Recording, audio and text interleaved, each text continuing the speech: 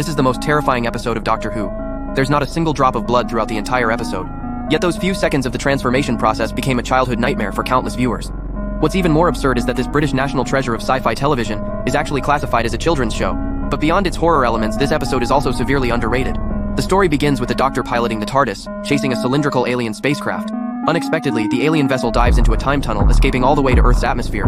By the time the Doctor catches up, the timeline has shifted, and the spacecraft vanishes completely. To pinpoint its landing location, the Doctor barges into a lively party and questions the guests inside. The crowd stares blankly at first, then bursts into laughter, thinking the Doctor is telling a joke. The Doctor was utterly baffled. Suddenly, a shrill air raid siren pierced the air outside. Only then did he realize he had arrived in the midst of World War II, as German forces were relentlessly bombing London. Before he could finish speaking, bombers streaked across the city skyline. The Doctor then noticed Rose was missing.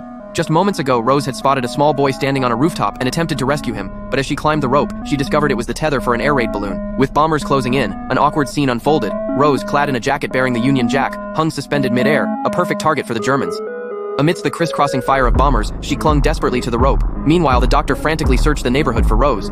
Just then, the phone outside the TARDIS suddenly rang. Even the Doctor froze. This phone box was merely a disguise. The phone itself was just decoration. By all logic, it couldn't possibly receive calls.